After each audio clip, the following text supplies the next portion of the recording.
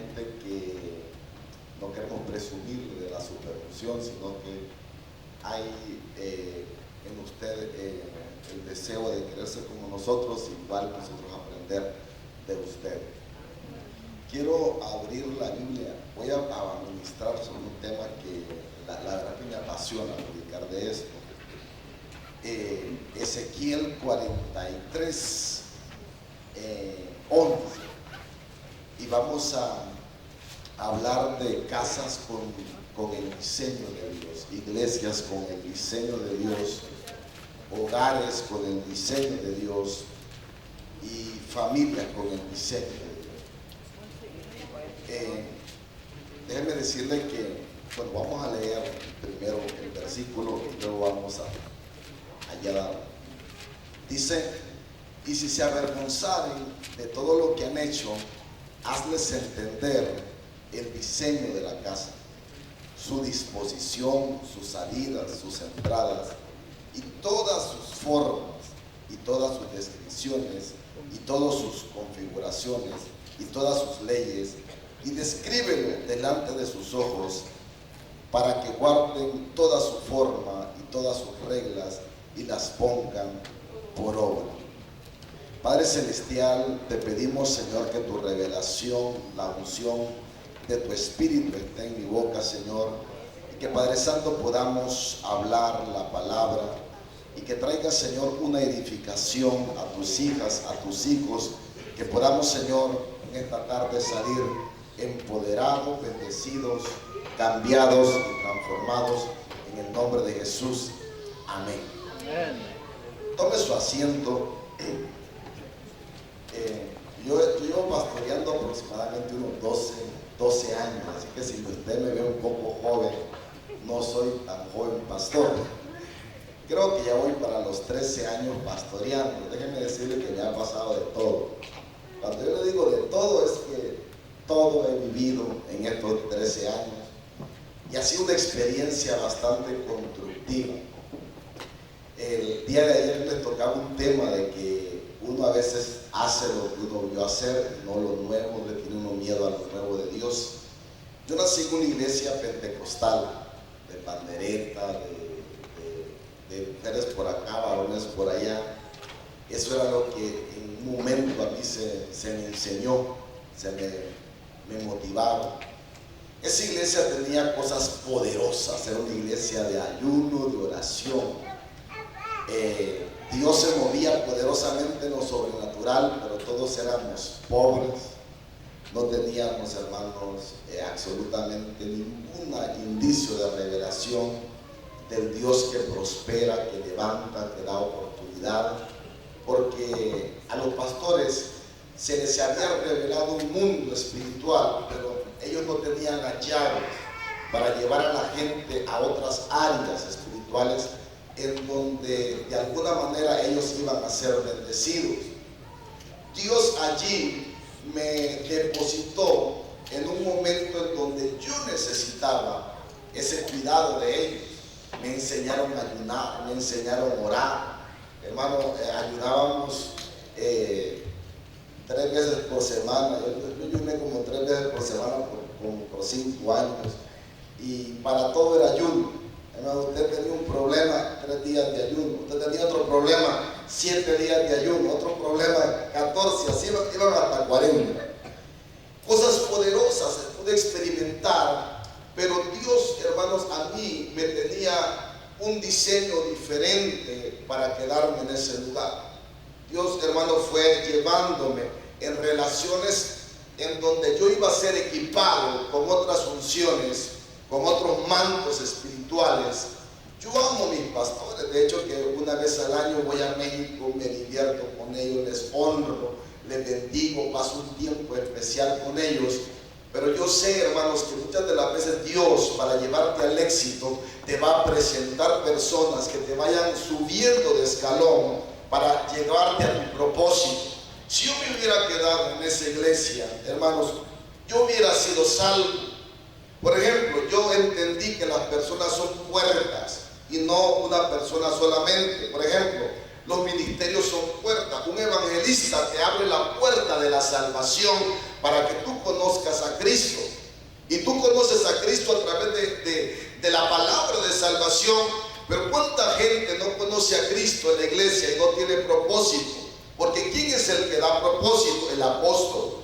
El padre espiritual determina el propósito. Un profeta te abrirá puertas para experimentar lo sobrenatural, para experimentar liberación, para implementar rompimiento. Pero las llaves para realmente darte propósito las va a tener un apóstol, las va a tener un padre espiritual. Entonces, cuando una iglesia es pastoreada por un evangelista, la gente muchas de las veces se va a quedar infantil, niña espiritualmente, anhelando una palabra motivadora, y nunca va a llegar a ser establecido en el reino de Dios. ¿Por qué? Porque hará falta esa parte apostólica en esa casa. La iglesia tampoco puede ser 100% pastoral, porque, hermano, los pastores muchas de las veces no tienen esa capacidad de poder formar, y a veces malcrían. Yo recuerdo cuánto mis pastores en México sufrieron con la gente que era malcriada en la iglesia.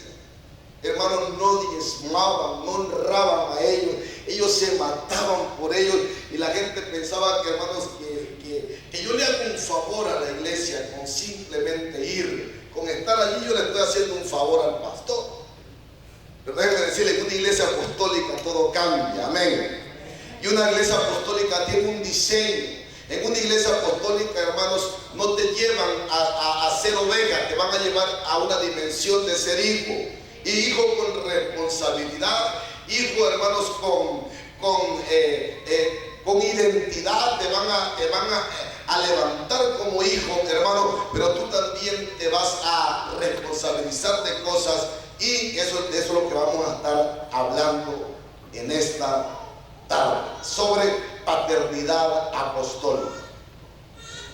La iglesia de Jesucristo nació apostólica. En el libro de Hechos, la Biblia no habla de los pastores. Los pastores, hermanos, son mencionados 70 años después de que se levantó la iglesia primitiva.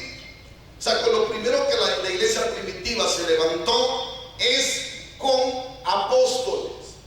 Los apóstoles, hermanos, son figuras paternas que van a traer revelación de paternidad a la iglesia. Van a tener una palabra confrontadora, tienen los diseños, bajan los apóstoles, tienen los diseños de parte de Dios para establecer el reino de Dios en la tierra.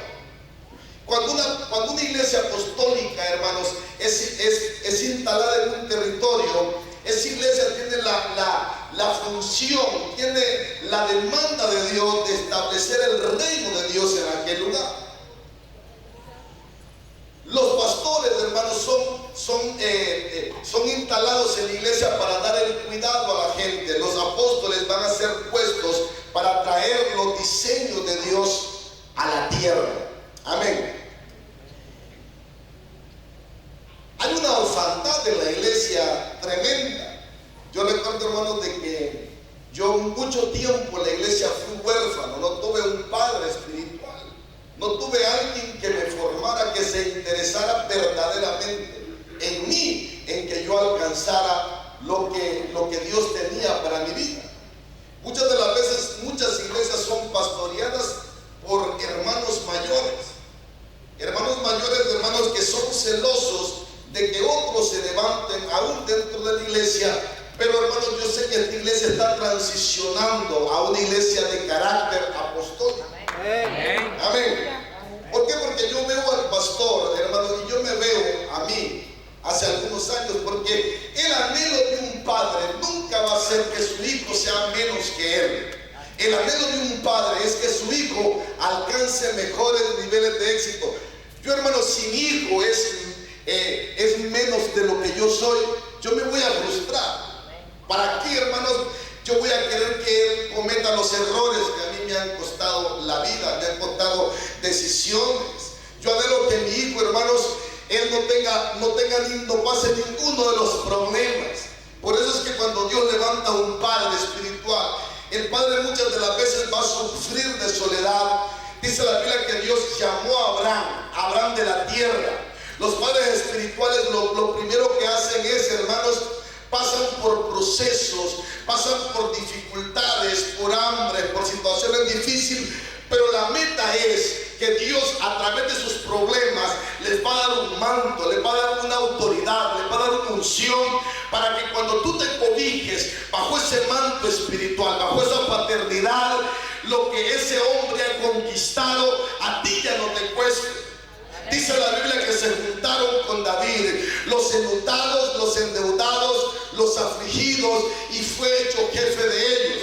Y en una cueva estaba el hombre, hermanos, el hombre que había vencido la soledad, que había vencido la pobreza, que había vencido la miseria. Estaba con 400 hombres que tenían problemas de identidad, que tenían problemas de amargura. ¿Y sabe lo que Dios hace? Dios saca de la unción de David, Dios saca de lo que David había vencido, de lo que David en el mundo espiritual había conquistado, y dice que la unción de David comenzó a romper las ligaduras, comenzó a romper la miseria, comenzó a romper la pobreza, porque cuando tú entras a la iglesia, cuando tú entras a mi influencia, tú vas a entrar no solamente a conocerme a mí, sino a todo aquello que yo he vencido. Entonces la gente entra a una casa apostólica, tú te cobijas bajo un manto, y en el momento en que tú te cobijas bajo ese manto, tu mente comienza a cambiar. Los hombres de David cambiaron, no porque simplemente Dios estaba con ellos, sino, hermanos, porque la unción del Padre espiritual los estaba dimensionando. Lo primero que hace un padre espiritual es que un padre espiritual te dimensiona. Hay cosas que no vienen por conocimiento. Hay cosas que no vienen, hermanos, porque tú le eches gana. Hay cosas que van a venir por impartición del Espíritu. Usted lee, a mí me gusta una parte de la Biblia en donde dice, hermanos, en el libro de Deuteronomio, que Josué, hijo de Nun, hermanos, fue lleno del espíritu de sabiduría, hermanos, porque Moisés, eso está en Deuteronomio 34:9, y dice, y Josué, hijo de Nun, fue lleno del espíritu de sabiduría, porque Moisés había puesto las manos sobre él, y los hijos de Israel le obedecieron e hicieron como Jehová mandó a Moisés. Dice la Biblia que a la hora de Josué ir a la conquista, no iba Josué solamente, no iba el líder solamente, iba lo que el líder era más lo que habían puesto sobre él al ponerle las manos. Déjeme decirle que Dios es un Dios generacional. Dios no salva a alguien, hermano, por salvarlo. Hay un principio en la Biblia, hermano, que es que Dios trabaja a través de generaciones. La primera generación que Dios levanta es en nosotros una generación de Abraham. Abraham representa el padre pionero, el padre que le cuesta, el padre que tiene que vencer la deuda, el padre que tiene que vencer muchas cosas, soledad, traiciones, pero ese padre espiritual está cavando pozos espirituales para que gente el día de mañana venga y lo que tú has conquistado ellos lo tomen. ¿Está conmigo? Y Dios levanta a un padre espiritual. ¿Saben? El libro de Jeremías dice, hazte estacas, y dice, y ponlas en el camino por donde tú vas caminando, para los que vengan atrás de ti no tropiecen y caigan. No le voy a dar la cita, pero dice que un padre espiritual dice, aquí me golpeé, no camina más, sino que dice, voy a poner una estaca, porque el día de mañana uno de mis hijos va a pasar por allí, y por donde yo pasé, él no va a tener que tropezar.